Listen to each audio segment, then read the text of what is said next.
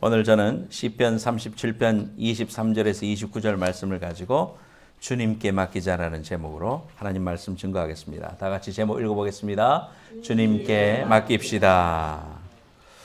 어떤 신부님이 가톨릭 신부님이 동네를 걸어가는데 아이들이 모여가지고 왁자지껄 떠들고 있습니다. 그래서 무슨 일인고 가봤더니 중간에 개가 하나 있는데 얘들아 무슨 일이냐? 예, 저희들이 보니까요 집 나온 개가 있는데 집으로 데려가야 좋겠는데 서로 데려가려고 해서 우리가 대회를 열어서 1등 하는 사람이 가져가기로 했어요. 무슨 대회인데 거짓말 대회.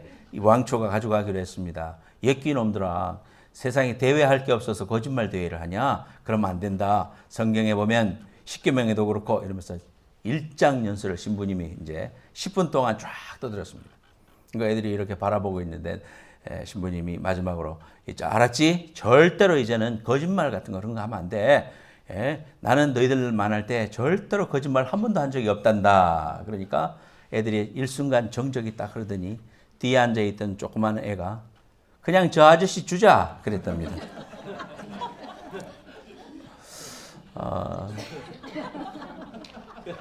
한 박자 넣는 사람들이 있다니까.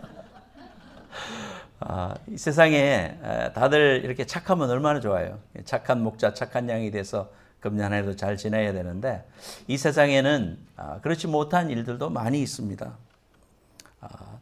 지난주에도 보면은 프랑스에서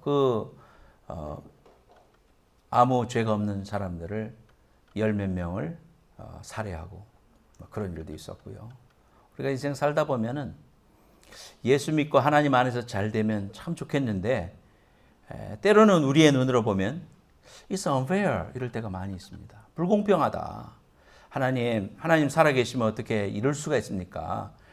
우리는 그래도 주일날 쉬고 철저하게 11조 하고 하나님 앞에 발버둥 치면서 믿음 생활 하는데요.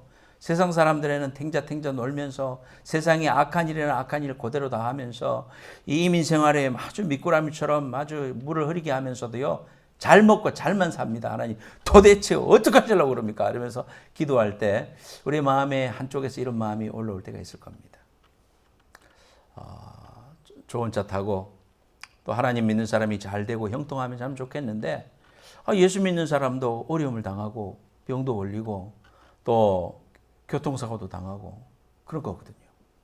그럴 때 우리가 성경에 우리만 이런 질문을 한 게 아니고 성경에 나오는 사람들도 이런 질문을 많이 했어요.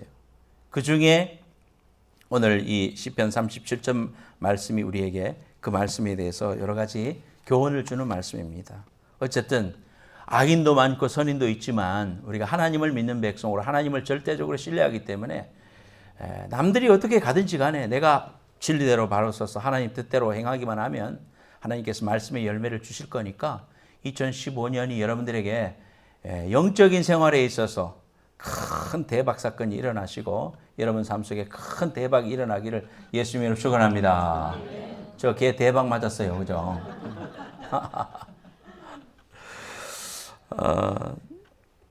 첫째로 우리가 이러한 일들을 만날 때 오늘 말씀에 보면요. 37편 말씀에 보면 1절에 악을 행하는 자들 때문에 불평하지 말라. 그렇게 말했습니다. 불의를 행하는 자들을 시기하지 마라. 그들은 속히 배임을 당할 것이고 푸른 채소같이 쇠잔할 것이미로다. 그렇기 때문에 3절에 여호와를 의뢰하고 선을 행하라. 또 4절에 여호와를 기뻐하라. 5절에 내 길을 여호와께 맡겨라. 그를 의지하면은 하나님이 우리를 의의 빛처럼 정오의 빛처럼 우리를 나타내시겠다. 악인의 형통 때문에 7절 말씀에 보면 불평하지 말라 그랬습니다.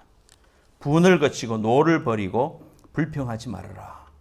오히려 악을 만들 뿐이다. 여호와를 소망하는 자들은 온유한 자들은 땅을 차지하고 풍성한 화평으로 즐거워할 것이다. 하나님 말씀으로 명명백백하게 우리에게 여기에 대한 답을 해주고 계십니다. 여러분, 우리의 소망이 만약 이 땅이 전부라면 그런 말을 해도 되겠습니다. 그런데 이 땅이 전부가 아니죠. 이 땅은 우리가 잠시 왔다 가는 세월입니다. 길어봐야 100년입니다. 그렇기 때문에 그 이후에 그러면 어떻게 될 거냐 이거죠. 이 세상에서 우리가 볼 때 떵떵거리면서 살고 악한 짓은 골라 하는데도 뭐 병만 안 걸리고 얼마든지 잘 살고 애들은 또 공부도 잘하고 또 마누라까지 이쁘니까 세상에 우리가 불공평하다고 하나님 앞에 그렇게 말할 거 없다. 그들의 끝이 어디냐 이거죠. 끝이. 제가 지난번에도 설교했습니다만 우리의 가는 길 끝에는 그 길이 고난의 길이고 좁은 길이고 어려운 길이고 협착한 길일 수 있지만 그 앞에는 주님이 기다리고 계시는 길이고 그들의 삶은 그 끝이 어딥니까? 낭떠러지입니다. 낭떠러지. 영원토록 죽음과 형벌을 면할 수 없는 지옥불이 그들의 앞에 놓여 있다는 사실을 우리가 안다면 우리가 오늘에 당하는 이 일로 인해서 우리가 불공평하다고 말할 수가 없는 거죠. 우리가 눈을 들어서 세상을 다시 봐야 되고 하나님의 뜻을 가지고 뷰포인트를 가지고 세상을 바라보기 시작해야 된다. 그럴 때 우리에게 감사가 생기고 모든 일에 대해서 퀘스천 마크에서 감사로 바뀌는 느낌표로 바뀌는 이런 은혜가 있을 수 있다는 겁니다. 그래서 우리가 오늘 말씀 세 가지 말씀을 여러분 꼭 기억하면서 이 말씀에 대해서 여러분들이 하나님께 맡기고 주님께 맡겨드리는 귀한 은혜가 있기를 예수님의 이름으로 축원합니다. 첫 번째로 같이 제목 읽겠습니다. 시작. 하나님의 인도하심을 확신하라. 여호와께서 사람의 걸음을 정하시고 인도하신다고 1절 말씀에 말하고 있습니다. 그리고 그의 길을 기뻐하신다고 말하고 있습니다. 하나님이 나를 안 보고 계시면 답답한 일이겠죠. 근데 하나님이 나를 인도하시고 계시고 나를 지금 지켜보고 계신다는 것을 우리가 안다면 우리의 삶에 대해서 그렇게 염려하거나 걱정하거나 두려워할 필요가 없는 것입니다. 저희 여러분들도 마찬가지겠지만은 저도 저희 아이를 키우면서 어려서부터 비디오 카메라를 들고 아이들의 발표하는 시간만 되면은 갔습니다. 그래서 뭐 음악 발표를 하든지 학교에서 뭐 연극을 하든지 뭐 심지어 탭댄스를 하든지 수도 없이 찾아갔죠. 더더구나 저는 비디오 카메라를 들고 엄청나게 찍었습니다. 가면은요 가장 좋은 자리에 서서 앉지도 않습니다. 자리에 가장 좋은 자리에서 서서 1시간 반 퍼포먼스 하는데 계속해서 줌인해서 우리의 줄리를 우리의 언어를 포커스해서 계속 찍는 겁니다. 그래서 애들이 서가지고 뭐 예를 들어서 뭘 하다가 손에 뭐가 핀이 떨어졌으면 손에 놓을 데가 없어서 어려워하고 있으면 잽싸게 달려가서 그것을 탁 받아버립니다. 애에게 포커스 맞춰 있어요. 항상 나의 포커스는 그 아이들이 뭐 180명 돼도요 다른 사람은 관심 없어요. 누구에게 관심이 있느냐? 내 딸에게만 관심이 있는 겁니다. 어지간하다 그 아빠 할 정도로 나는 그 아이의 일거수일투족에 대해서 관심이 있고요. 눈을 떼지 않습니다. 하나님 우리를 바라보고 계시는 게 그런 거거든요. 우리 스스로 안 본다 이렇게 생각하는 거예요. 하나님은 나에게 관심이 없는가 보다 이렇게 생각합니다. 어느 날 서커스를 하는데 호랑이를 이렇게 채찍으로 쫙 찌면서 조련사가 호랑이를 그 우리 안에서 이제 조련합니다. 밖에 있는 사람은 숨을 죽이고 바라봅니다. 그런데 갑자기 정전이 됐대요. 깜깜한 칠흑이 되니까요. 이제 사람들의 마음속에는 순식간에 마음속에 뭐가 걱정되느냐 하면 저 조련사 큰일 났다 이제. 저 조련사 이제 공격당하겠구나. 막 온갖 걱정이 생기는 겁니다. 웅성웅성하면서 이제 큰일 났다고. 그런데 얼마 있다가 전기가 들어왔는데 아무런 문제가 없이 얌전하게 호랑이가 앉아서 조련사의 조련을 받고 있더라. 마치고 나서 물어봤대요. 어떻게 해? 당신은 그때 당황하지 않았습니까? 무섭지 않았습니까? 그럴 때 이 조련사가 그런 이야기를 했다고 합니다. 예, 저도 무섭지요. 그러나 나는 호랑이를 볼 수 없지만 호랑이는 나를 보고 있기 때문에 내가 똑같이 조련을 하면은 문제가 없으려고 나는 확신했습니다. 그런 말을 했답니다.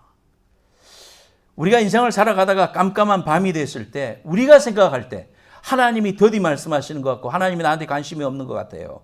하나님이 나한테 역사 안 하는 것 같이 느낄 뿐이지 하나님은 여전히 나를 보고 계신다는 귀한 사실을 우리가 잊어서는 안 됩니다. 여러분 삶 속에 오늘 아침에도 뭐 내가 생각하지 못한 여러 가지 어려운 일이 여러분에 생겼다 손 치더라도요. 낙심하지 말고 하나님이 이 상황을 안다 이 말이에요. 하나님이 이 사실을 알고 계시고 그걸 하나님의 허용하심 속에서 일어난 일이라면 뜻이 있구나. 이 일을 통하여 하나님이 이루려고 하시는 일은 선을 이루려고 하시는구나. 왜냐? 독생자를 보내신 하나님의 사랑을 내가 믿기 때문에. 근데 그 사실을 알기 때문에 주께서 내 삶을 인도하시리라는 분명한 확신을 가지고 우리가 믿음으로 갈 때 우리의 삶의 염려는 없어지고 주님께 모든 것을 맡길 수 있는 믿음이 생길 줄로 믿습니다. 나 혼자이면 두렵지만 혼자가 아니기 때문에 우리는 이겨낼 수가 있습니다. 그렇기 때문에 우리는 우리의 삶 속에서 원망하지 말고 낙심하지 말고 좌절하지 말고 인생을 포기하지 말고 주님께 맡기는 게 필요한 겁니다. 우리의 머리를 아무리 돌려봐도요, 우리는 한계가 있는 존재입니다. 여러분, 철저하게 우리가 깨달읍시다. 우리의 모든 삶의 직장의 일, 자녀의 일, 사업의 일, 가정의 일, 여러분 개인적으로 상담하면 여러분들 일이 없는 사람이 없습니다. 저는 없겠습니까? 왜 없겠습니까, 여러분? 다 눈물의 골짜기가 다 있습니다, 여러분. 다 어려움을 당하고 그것 때문에 노심초사하고 그런 사람 많습니다.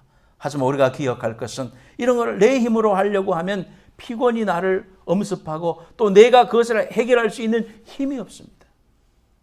아무런 힘이 없다는 것, 내가 아무것도 해줄 수 없을 그런 환경에 놓일 때 우리 인간이 얼마나 연약하고 얼마나 안타까워 하십니까? 전능하신 주님의 손에 맡겨야 됩니다.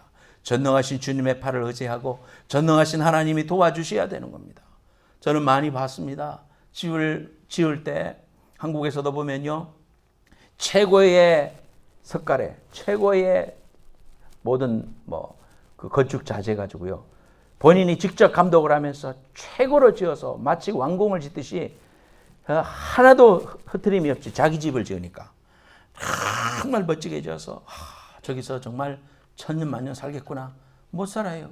몇 년 못 살고는 딴 데로 이사 갑니다. 우리 인간이요, 우리 이 땅에다가 모든 소망을 두면 절대로 안 됩니다. 우리가 아무리 노력을 해도 하나님이 허락해 주셔야 되는 거고, 우리가 아무리 건강을 챙긴다 하더라도 하나님이 허락해 주셔야 건강한 거고, 내가 아무리 어려운 역경에 놓였다 할지라도 하나님이 도와주시면 되는 거고, 할렐루야. 여러분, 이 사실을 꼭 기억하고요, 맡겨야 돼요. Give them all to Jesus. 모든 나의 sorrow, 염려, 걱정, 슬픔, 기쁨, 즐거움 다 주님께 맡기고요, 주님이 주시는 귀한 은혜로 금년 한 해 여러분 하나님의 인도하심을 따라서 한 걸음 한 걸음 손잡고 걸어가는 여러분 되시기를 예수님의 이름으로 축원합니다. 킴 윅스라는 한국계 미국인이 있습니다. 저분을 제가 여러 설교를 통해서 들었습니다마는 제가 리서치를 해보니까 멤피스에 있는 어느 한인교회 지금 다니고 계시더라고요. 저분이 6.25 동란 때 3살 때 폭격으로 인해서 눈이 가기 시작했습니다. 아버지가 딸 둘을 갖다가 강에다가 빠뜨려서 죽인다고 말이죠. 불구로 태어났으니까. 불구가 됐으니까.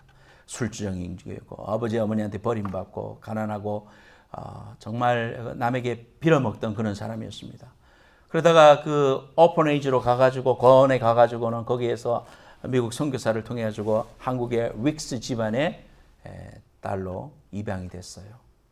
참 내일이 없고 부모에게 버림받고 거기다 눈까지 모른 사람, 하나님이 만나주시고 저 딸을 통하여 하나님의 귀한 복음이 들어가게 되니까 이분이 하나님이 주신 은사를 깨닫기 시작했어요. 노래를 너무너무 잘했습니다. 레코드판 사진입니다.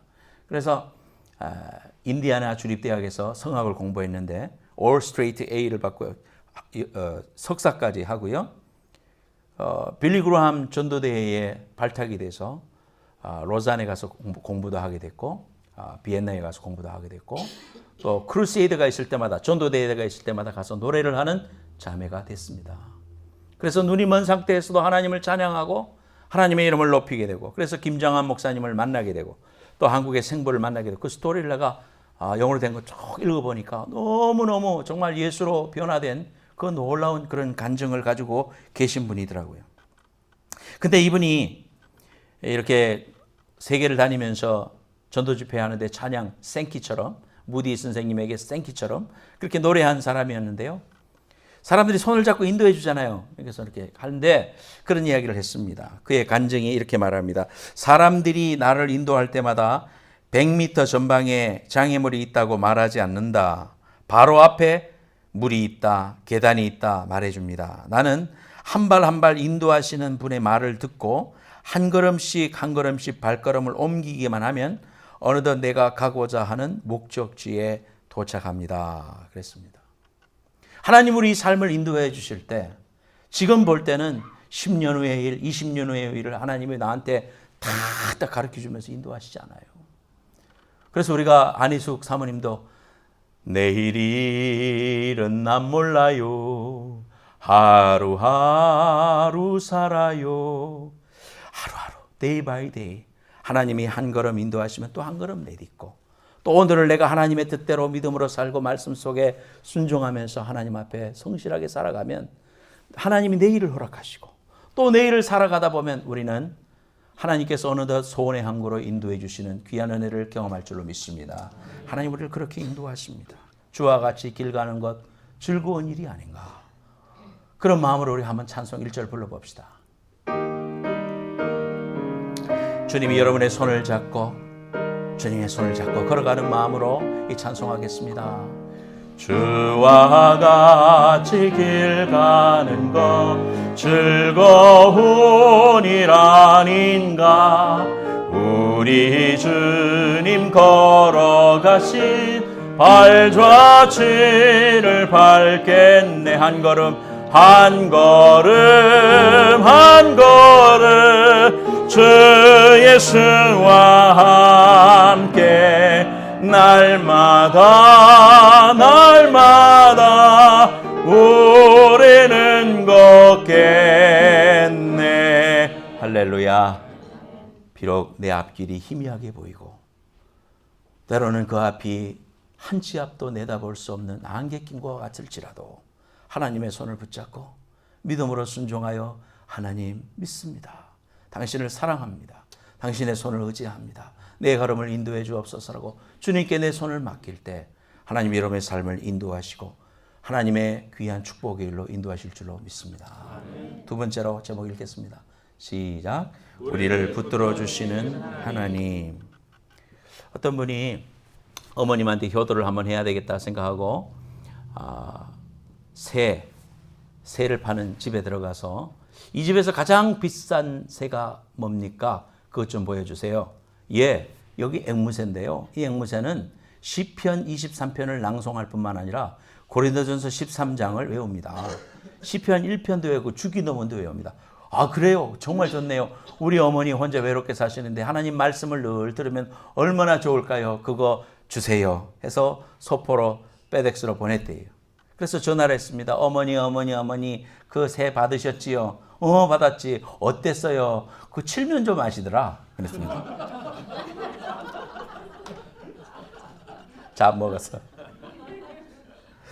허무할 때가 많죠. 우리 인생 가운데 참 노력했는데 노력한 대로 안 되면 우리 마음속에 얼마나 서운하고 얼마나 낙심됩니까? 근데요, 우리는 눈을 들어 하나님의 롱텀을 바라봐야 돼요. 우리는 자꾸 눈앞에 있는 것만 자꾸 보는 거예요. 하나님의 롱텀, 롱저니를 바라봐야 되는데 하나님이 하시는 일을 지금은 내가 다 이해 못하거든요. 그렇기 때문에 하나님이 나와 함께 하시고 나를 붙들고 계신다면 주님을 신뢰하고 믿음으로 끝까지 경주하는 여러분 되시기 바랍니다. 시편 37편 24절 말씀에 그는 넘어지나 아주 엎드러지지 아니하면 여호와께서 그의 손으로 붙드심이로다 그랬습니다. 나를 붙들어 주신다고 그랬습니다. 주님이 나의 손을 꼭 붙들고 계시고 어깨 위에 손 얹어 주시고 어느 집에 가니까 액자에 어떤 사람이 배를 항해하는데 풍랑이 뒤에 막 치고 있는데요. 그 운전하는 뒤에 우리 주님이 다 어깨에 손을 얹고 계시는 그런 사진이 있더라고요. 여러분도 한번 보신 적이 있을 거예요. 야, 저렇게 항해하면 뭐가 걱정이 될 건가? 풍랑을 잠잠케 하고 또 하나님이 이 배에 함께 하신다면 세상에 걱정할 게 뭐 있겠는가? 나를 붙들어 주시기만 한다면 세상에 걱정할 게 없습니다. 어릴 때 우리 줄리가 큰딸이 잘 때 밤에 자면서 막 깨잖아요. 애들이 놀래서도 깨고 그러잖아요. 막 울면서 깨면은요, 엄마가 여기를 토닥토닥 두드려주면은 금방 끝입니다. 엄마 그들이 자기 전에도 또 이렇게 있다가 엄마가 있는가 해서 엄마에게 손이라도 딱 얹으면은 엄마에게 팔이라도 만지게 되면 안심을 하고 자는 걸 봤습니다. 우리와 함께 해주시고 동행해 주시는데 하나님 우리를 붙들어 주신다면 세상에 그것보다도 더 큰 응원이 어디 있겠습니까? 우리가 힘들어하고 넘어지고 쓰러져 있을 때에도 우리를 잡아서 일으켜 주시는 주님.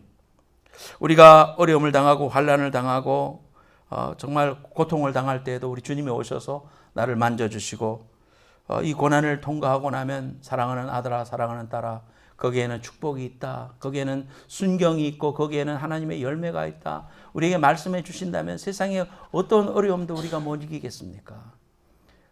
정말 우리가 시집살이가 힘들고 한국적인 상황에서 남편은 군대가 있고 자기 혼자 시집살이 하는데 어렵고 힘들어도요. 남편이 그 전방에서 군사 우편에다가 사랑하는 미희 씨 나를 믿고 기다려줘.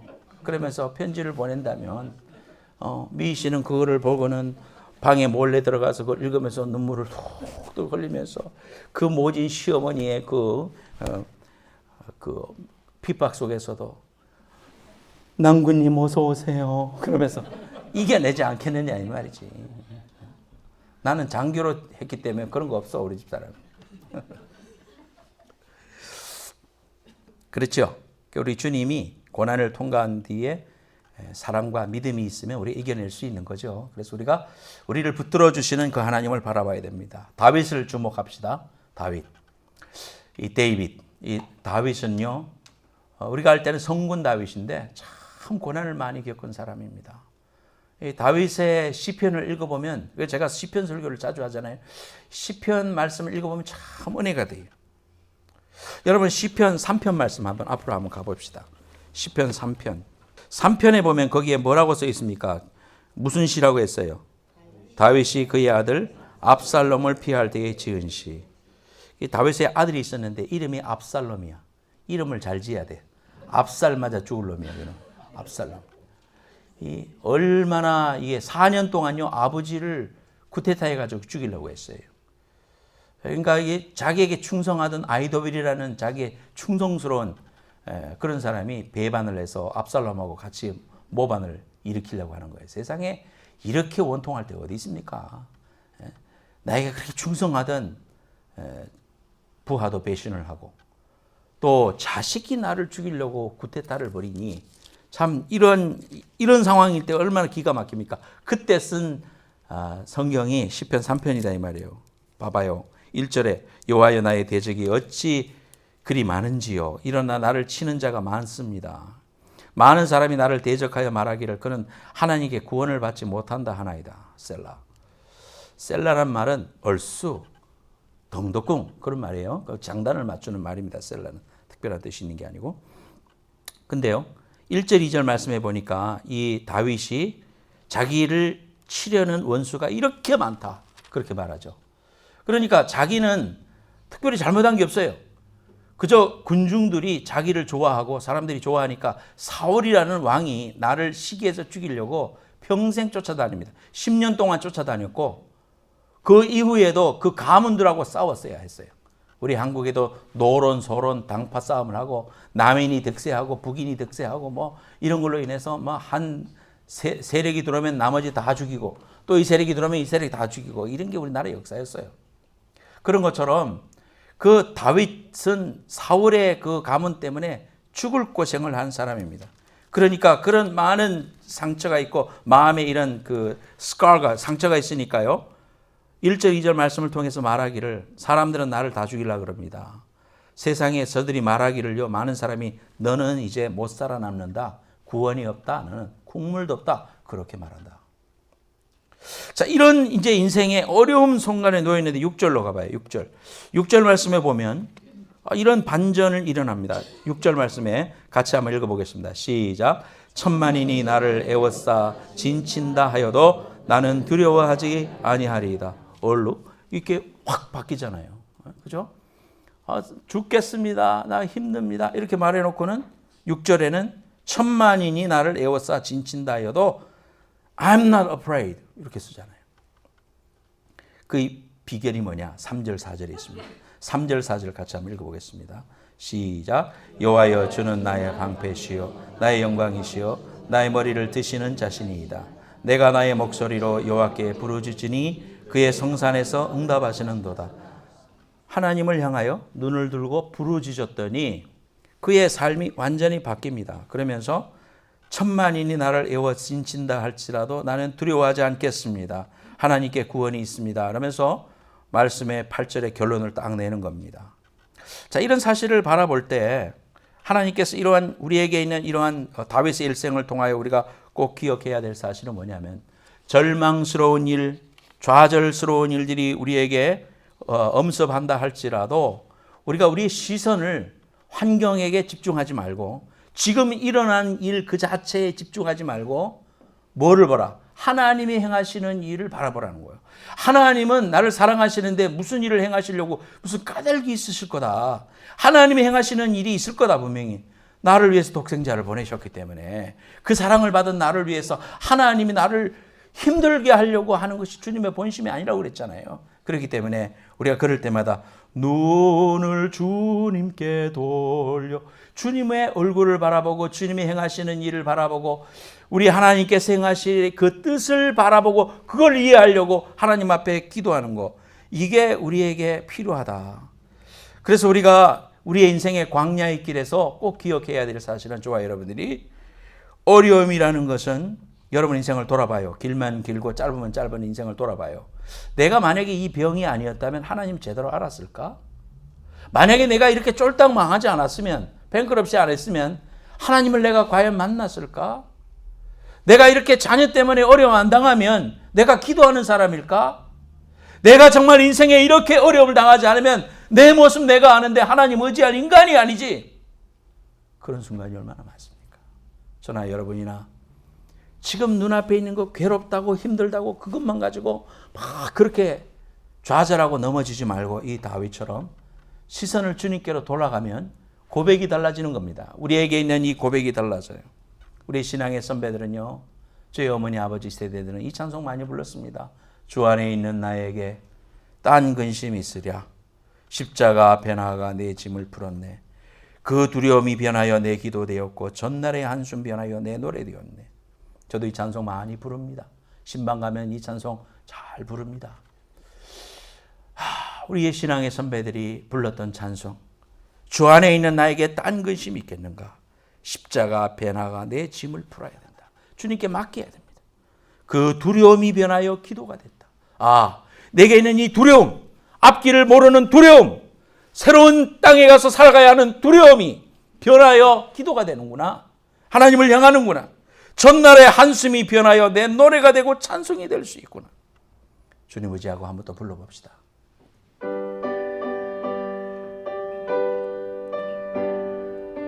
가사를 내 신앙 고백으로 생각하면서 부르겠습니다. 주 안에 있는 나에게 딴 근심이 있으려, 십자가 밑에 나가 내 짐을 풀어. 2절 부르겠어요. 그 두려움이 변하여, 그 두려움이 변하여 내 기도 되었고 전날의 한숨 변하여 내 노래 되었네. 주님을 찬송하면서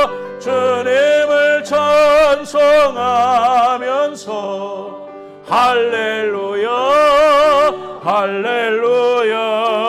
내 앞길 멀고 험해도 나 주님만 따라가리.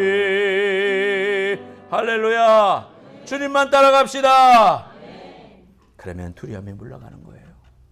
지금에 있는 죽을 것 같은 환경을 바라보고 낙심하지 말고 절대로 넘어지지 말아야 돼요. 하나님은 사랑하는 자에게 고난을 허락하십니다. 하나님의 사람 만들려고 그러는 거예요. 그 모습 그대로 축복의 그릇 될 수 없기 때문이에요. 광야 교회 생활은 그런 연단의 과정이에요. 저와 여러분들이 하나님의 큰 사람 되려면요, 이 하나님이 우리에게 주신 연단을 잘 극복해야 돼요. 오는 시험들을 이겨야 돼요. 하나님을 섭섭하게 생각하지 마세요. 하나님은 나를 너무 사랑하시는 분이에요. 그 하나님의 사랑, 우리의 목숨을 다 내놓아도 갚을 길이 없어요.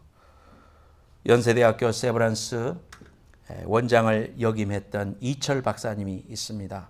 이 이철 원장님은 미숙아를 이렇게 잘 살리는 그러한 분입니다. 그분이 100가지 건강 책을 저렇게 쓰셨어요. 제가 읽어보지 못했습니다만은 저 책의 내용들을 쭉 이렇게 봤습니다. 이 분야에서 널리 알려진 분이고 40년을 연세대 세브란스 의료병원에 있었어요. 지금은 이러한 그 아이들을 미숙아를 태어나면은 살려내는 귀한 일들을 합니다. 그런데 의과대학교 본과 3학년 때 아버지 사업이 실패되고 그로 말미암아서 집안이 풍지박산이 됐어요. 억지로 의대를 졸업하고 의사가 됐는데 의사가 되고 나서도요 순경만 있는 게 아니고 하나님 믿는 사람이었지만은 어려움을 많이 겪었어요. 특히 의사들은 의료 사고가 나면 거기에 대해서 수를 걸기 때문에 의사들이 굉장히 몸을 사리게 되는 거죠. 그 때문에 그 분장을 겪으면 굉장히 어렵습니다. 자, 이런 어려운 시절을 지내다가 어느 날 엎친 데 겹친 것으로 자기의 딸이 보니까 다리를 저는 거예요. 내가 미숙아 담당인데 내 딸이 고관절 탈구증, 여기에 있는 이것이 탈구증이 생겨가지고 이제 큰 문제가 생겼어요. 불구자로 지내게 생긴 거예요. 이게 어릴 때 발견을 하면 생후 2, 3개월에 발견하면 아무것도 아니랍니다. 그런데 그 시간을 지나서 자기가 자기 딸을 못 보게 된 거예요. 그래서 이제 쉽게 치료할 수 없는 이러한 상황이 돼가지고 그때 이분이 하나님 앞에 꺾어집니다. 하나님 앞에 꺾여지면서 매달리기 시작하는 겁니다. 하나님, 나의 귀한 딸을 살려주십시오. 이 아이를 건강을 회복시켜 주십시오. 자기 의술을 의지하고 자기 실력을 의지하고 자기의 배경을 의지했던 걸 다 내려놓고 하나님을 의지하고 그러면서 하나님을 만나게 돼요. 여러분 생각을 해봐요. 이런 어려움이 없이는 특히 자기의 사랑하는 내 목숨까지도 줄 수 있는 자식을 하나님이 만지지 않으면 우리의 교만을 겪을 수가 있겠습니까? 하나님 앞에 매달리게 돼요. 딸의 고통을 보면서 의사인 저는 아무것도 할 수 없습니다. 미숙아 진료를 할 때마다 90%의 확신과 10%의 두려움이 있습니다. 그때부터 이분이 깨달아집니다. 그래서 책을 통하여 그런 이야기를 합니다. 의사도요, 아무리 노력을 해도요, 상처를 이렇게 째고 거기를 꼬매놓으면 아물게 해주시는 분 하나님인데, 아물게 해주시는 하나님의 능력으로 이게 아물어야 문제가 해결되는 건데, 결국 인간을 통하여 하나님이 역사하지만 의사들도 할 수 있는 한계가 있다는 겁니다. 그렇잖아요, 여러분. 그래서 그런 상황을 철저히 깨달으면서 이분이 하나님의 살아계심을 체험하게 되는 그런 계기가 되었어요. 그래서 저분이 하나님 안에서 겸손한 그리스도인이 되고 그 이후로는 자기의 의료 현장이 자기에게 축복이 되고 하나님의 은혜와 능력을 경험하는 그러한 현장이 되었다. 하나님이 치료의 주권을 쥐고 계시다. 인생의 생사화복은 하나님이 쥐고 계신다. 이런 사실을 간증하면서 믿음으로 살게 됐다. 그런 이야기가 있습니다. 우리 인생을 살아가는 동안에 우리에게 우리 자신을 너무 과신하지 말고 철저하게 주님을 의지하고 하나님이 나를 붙들어 주셔야만 된다. 내가 아무리 모든 것을 다 갖추고 하나에서 100까지 잘 갖췄다 하더라도 비즈니스를 하나님이 도와주시지 않으면 안 된다는 거. 내 건강도 마찬가지라는 거. 아무리 내가 운동을 하고 뭐 좋은 거 먹고 한다 하더라도 하나님이 지켜주셔야 된다는 거. 내가 아무리 좋은 계획을 세웠도 하나님이 밀어주셔야 된다는 거. 여러분 믿고 주님의 귀한 은혜에 붙들림 받아가는 여러분 되시기를 축원합니다. 세 번째 제목 읽겠습니다. 제목 크게 읽어봐요. 시작. 의인에게 주시는 복. 하나님께서는 계속해서 25절에 네가 어려서부터 늙기까지 의인이 버림을 당하거나 그의 자손이 걸식함을 보지 못하였도다. 26절에도 그런 종일토록 은혜를 베풀고 구워주니 그의 자손이 복을 받는도다. 멀리 갈 것도 없습니다. 우리 한국 땅이 예수 믿고 나서 물질적으로도 얼마나 큰 복을 받았습니까? 저는 베스트바이 같은 데 가면서 그 걸려있는 모든 LG와 삼성 또 길을 가다가 우리 현대차 이런 걸 보면서요 마음에 뿌듯하고 모든 사람이 들고 다니는 휴대폰에 거의 많은 퍼센테이지가 한국 제품을 가지고 있어요. 참 그럴 때마다 우리가 적어도 국제시장 영화 개봉했으면 다 봤습니까? 국제시장. 네, 보신 분도 계시죠. 한국서 보고 오셨나요? 오리지널 보고 오셨네. 이제 개봉했답니다. 그래서 저도 아직 못 봤는데, 불과 50년에 잿더미가 됐던 나라, 잿더미 됐던 나라. 저희 어머니는 기차 지붕 타고 피난 오셨고, 피난 오는데 막 졸아가지고 떨어지는 사람도 눈에 봤고요. 뭐. 우리 아버님은 의용고등 저기 북한 인민군이 끌고 왔는데 말이죠. 도망쳐가지고 말이에요. 살았고요. 세상에 그런 민족이었습니다. 다 부서졌었고, 다 폭격당했었고요. 그런 잿더미 속에서 이만큼 올라섰어요. 얼마나 감사합니까? 우리 교회도 여러분들이 간증을 저한테 한 번씩 하시는데, 참 우리 행복한 교회에서 내가 복을 많이 받았습니다. 이런 분 이야기들 많이 들었습니다. 그거 꼭 물질적인 복만 말하는 게 아니에요. 영적인 복, 우리의 삶의 관계적인 복, 또 우리의 삶에 하나님이 주시는 귀한 축복의 통로가 되는 복. 나를 통하여 복의 통로가 돼야 돼요. 그래서 여러분들 삶을 통해서 하나님의 귀한 축복이 흘러가는 통로가 되면 내 자신도 복을 받을 뿐만 아니라 하나님의 복이 흘러가잖아요. 성령의 9가지 열매를 통하여 우리가 지난 일주일 동안 말씀을 잘 들었잖아요. 그 말씀이 관계적인 관계를 통해서 열매가 맺혀져야 된다. 여러분, 하나님이 의인에게 주시는 복이 있다 이 말이죠. 이 세상의 사람들이 내가 보는 눈으로는 뚱뚱거리며 나보다 나은 것 같은데 성경이 뭐라고 합니까? 아니다. 그들이 속히 배임을 당하는 날이 임할 것이다. 불이 임하고 심판이 임하고 그들의 열매를 그대로 먹을 것이다. 그렇게 말하고 있지 않습니까? 예수 믿고 의인이 된 우리를 하나님이 복을 주신다. 복의 통로가 되자. 복의 통로가 되리라 금년에 우리의 표어입니다. 자자손손 다 복을 받게 됩니다. 나만 복을 받게 되는 게 아니라 자자손손 복을 받게 돼요. 여러분의 부모님 세대부터 예수 믿은 사람은 어머니 아버지 덕을 봅니다. 기도가 얼마나 많이 쌓여 있습니까? 저도 그것을 항상 잊지 않습니다. 다 어머니 아버지 덕분이죠. 입치레로 말하는 게 아니에요. 진심으로 난 그렇게 말하는 거예요. 하나님의 은혜로, 하나님의 축복으로 이렇게 귀한 삶을 살아가고 있지. 생각할 때 너무너무 감사합니다. 다 형통하게 만들어주시고 자녀들이 잘 됩니다. 우리 새벽에 애들을 들쳐업고 새벽 예배 오시죠. 토요 새벽 예배 때 애들을 들쳐업고 옵니다. 저도 우리 언정이 어느 안고 들고 갔습니다. 물론 나는 담임 목사였으니까 했지만 우리 성도들도 애들을 안고 업고 애들이 뭐 듣겠어요. 애를 안고 업고서 눕혀놓고 옆에서 기도하고 울면은 젖 먹이고 말이죠. 그러면서 신앙생활을 했는데요. 그 아이들이 뭘 듣겠나 싶으지요? 아니에요. 다 듣습니다. 인간은 영적인 존재이기 때문에 교회 와서 엄마 아버지가 활동하는 거 보고 또 말씀을 듣고 다 영적으로 자라고 그들의 삶 속에 내가 뿌리를 박아야 할 것이 교회라는 것을 잊지 않아요. 저희 같은 모태 신앙들은요. 하나님 앞에 받은 나쁜 그런 점도 있지만 그러나 좋은 점은 뭐예요? 하나님의 그 전을 떠나지 않습니다. 하나님의 믿음의 세계에서 떠나지 않습니다. 미지근할지는 모르지만은 절대로 하나님의 전에서 떠나거나 예배를 등한시하거나 그런 사람이 아니에요. 우리는 하나님 앞에 비가 오나 바람이 부나 눈이 오나 주님의 전에 아이들 들쳐업고 나와서 신앙생활을 했던 사람이고요. 차가 없을 때도 유모차 끌고 애들이 죽을까 봐 그 비바라 쓰는데 그 비닐로 싸가지고요. 죽을까 봐 공기구멍 내고 살았나 죽었나 하면서 유모차 끌고 다니면서 교회 다녔습니다. 그러면서 하나님 앞에 믿음으로 살려고 발버둥 쳤고요. 우리가 무릎 꿇고 기도할 때 애들이 막 교회에서 돌아다니면서 와서도 아빠한테 기도 축복받으려고 와서 저 뒤에서 있는 은하도 아빠한테 와서 머리 기도해서 또 막 잘라 기도해주면 기도받고는 또 나가서 막 교회 돌아다니면서 놀다가 또 와서 축복 기도받고 뽀뽀받고 그렇게 자랐습니다. 교회 안에서. 이게 축복이에요. 하나님 안에서 의인에게 주시는 복이 그런 겁니다, 여러분. 하나님 믿고 믿음으로 살면은요, 자자손손 잘 됩니다. 여러분 삶 가운데 하나님께서 얼마나 축복해 주시는가, 여러분이 그런 증인이 되시고, 여러분이 그런 간증이 되시고, 여러분의 삶을 통해 하나님의 귀한 은혜가 맺혀지는 여러분 되시기를 예수님의 이름으로 축원합니다. 그러므로 우리가 생각할 때, 하나님 저 사람은 왜 저럽니까? 하나님 저 사람은 저렇게 폭행을 저지르는데 하나님 저거 왜 놔둡니까? 하나님 왜 놔두십니까? 벼락을 내리든지 하나님 뭔가 보여주셔야지 어떻게 하나님 그럴 수가 있습니까? 그런 말 하지 마세요. 하나님 알아서 다 하셔요.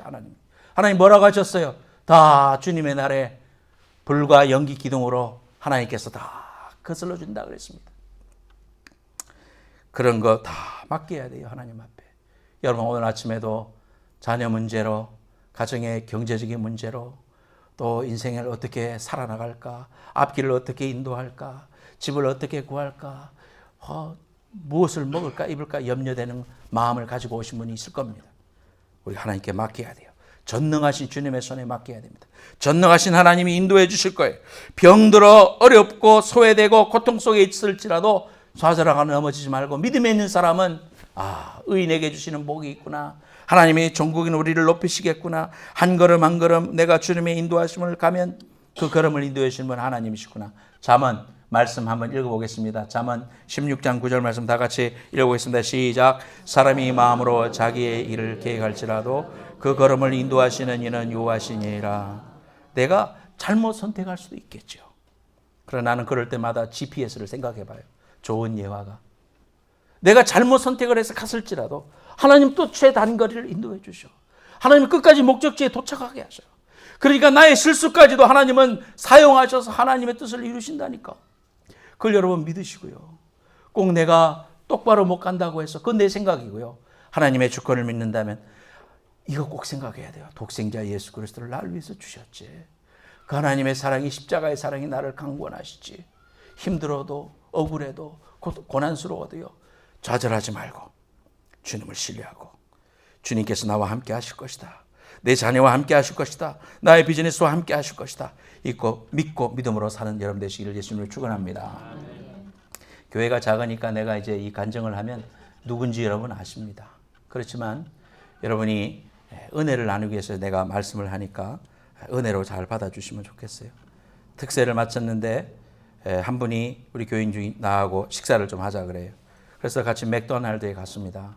맥도날드에 가서 같이 음식을 나누면서 간증을 하세요. 목사님, 제가 간증을 좀 해야 되겠어요. 제 마음에 너무 기쁨이 충만해서 간증을 좀 해야 되겠어요. 예, 하세요.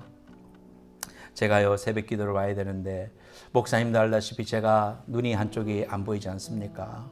운전을 하는 게 너무 힘듭니다. 그래서 내가 다른 사람 차도 얻어 타고 교회 오고 그럽니다. 내가 40대에 과부가 돼가지고 하나님 섬기면서 너무 눈물과 어려운 골짜기를 지나왔지만, 그러나 하나님이 없이는 나는 살 수가 없습니다. 나는 하나님께 매달려야 되기 때문에 나는 못 간다 하지 말고, 하나님께 성령께서 말씀하시는데 가라, 왜 하지도 않고 그러냐 말씀해 주셔. 내가 결단했습니다. 첫날 오는데 여러 가지 어려움도 있었지만 하나님 앞에 나오니까 너무 기뻤습니다. 하나님 앞에 나와서 그렇게 새벽 제단을 쌓으니까 마음이 기쁘고, 공교롭게도 그날 마치고 갔더니 그동안 사업이 슬로우였는데 그날따라 막 보기 드물게 사람이 나래비를 써서 너무너무 바빴습니다. 사업도 하나님께서 열어주시고 축복해 주시네요. 내가 너무너무 기쁘고 감사합니다. 그러면서 하시는 말씀이, 목사님, 제가 집에 가서 자면은요, 아파트가 사람들이 너무 많이 이렇게 차를 대놔서 내가 늦게 가면 차를 댈 데도 없고, 또 차를 대다가 차를 끌으니까 제가 꼭 가고는 싶은데, 차를 운전해서 꼭 가고 싶은데 이 새벽에 불빛이 비치는데 막 부시고 하는데 검도 나고, 그래서 내가 결단했습니다. 가게에서 쪽방에서 내가 잠을 자고 이렇게 새벽 예배 나왔습니다. 목사님, 내 마음이 울컥하더라고. 주님 앞에 나와서 이 새벽 제단을 쌓고 하나님 앞에 믿음의 귀한 제단을 쌓겠다고 하는데 하나님이 귀한 영혼을 축복하시지 않겠는가. 그래서 새벽 예배를 마치고 기도하고 눈물로 하나님 앞에 기도하고 믿음으로 살겠다고 발버둥치는 귀한 자매님을 볼 때에 제 마음이 너무나 감동됐습니다. 맥도날드를 헤어지면서 가면서 이제 이쪽으로 가십시오 시간을 넣어드리고, 제가 아내한테 그랬어요. 여보, 내가 평신도라면 저렇게 신앙생활 할 수 있을까? 그런 도전이 됐고요. 또 하나의 고백은, 하나님 축복해 주십시오. 귀한 영혼을 축복해 주십시오. 주님을 의지하고 주님을 붙잡고 하나님만이 길이고 나는 길이 없습니다. 주님만이 나의 복의 근원입니다라고 고백하고 믿음으로 사는 귀한 영혼들에게 하나님이 축복해 주시지 않겠는가. 여러분 모두에게 이 귀한 은혜가 충만히 임하는 2015년 되시기를 예수님의 이름으로 축원합니다. 다 같이 기도하세요. 지금 우리 다 같이 일어나겠습니다. 여러분 앞에 있는 어려움이 있다 할지라도 포기하지 말고 주님 앞에 무릎 꿇고 기도하자 결단하면서 이 찬송 간절한 마음으로 찬송합시다.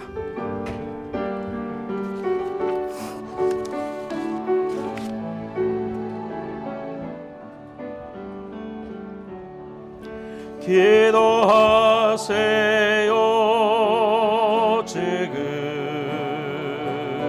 아직 포기하지 마세요. 주님 앞에 무릎 꿇고 주님 앞에 무릎 꿇고 겸손하게 기도해 보세요. 내 앞길 가로막는 장애물 있다 해도 걱정하지 마세요. 돌아서지 마세요. 슬픔도 애통도 괴로움도 기도로 이겨낼 수 있잖아요.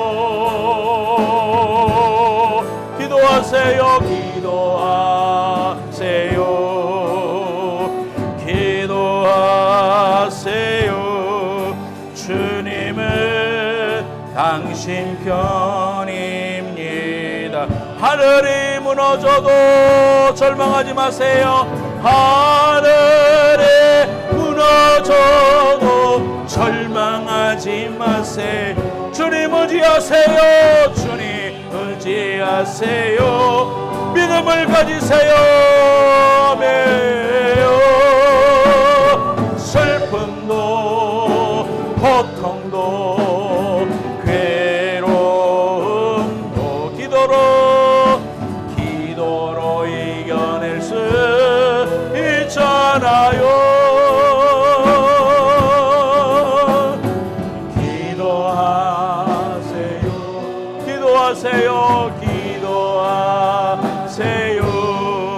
주님은 당신뿐입니다.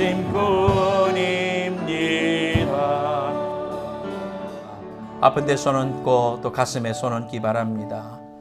주님은 누구의 편입니까? 여러분 편입니다. 독생자 예수 그리스도를 십자가에서 피 흘려 죽게 하실 만큼 여러분을 사랑하십니다. 그 사랑을 내가 있는데, 그 사랑 아는데 왜 좌절합니까? 금년 한 해가 열렸습니다. 희망찬 한 해가 열렸습니다. 우리가 믿음으로 살기 원합니다. 하나님 아버지, 이 시간 기도합니다. 두 손을 주님 앞에 의지합니다. 다 맡기기 원합니다. 하나님, 힘없는, 호흡이 없는 방백을 의지하지 말고 전능하신 하나님만 의지하게 하여 주시옵소서. 내 힘으로 할 수 없는 일들이 너무나 많습니다.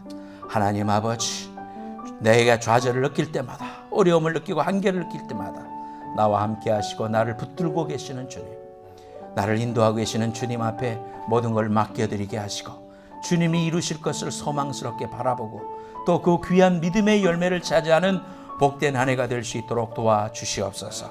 하나님, 기도하게 하시고 금년 한 해의 믿음의 결단을 통하여 하나님의 넓고 깊고 크신 그 하나님을 체험하는, 그 하나님으로 만족하는 한 해가 될 수 있도록 도와주옵소서. 하나님, 아픈 데 손 얹습니다. 치유하여 주시고 예수의 이름으로 고쳐 주시옵소서. 지금은 속히 오실 예수 그리스도의 은혜와 하나님 아버지의 만극하신 사랑과 성령님의 감화 감동하심이 주님께 모든 것을 맡기기로 결단하는 우리 사랑하는 성도들 머리 위에와 저들의 가정과 기도 제목과 후손들 위에 이제로부터 영원까지 함께 해 주시기를 간절히 축원하옵나이다. 아멘.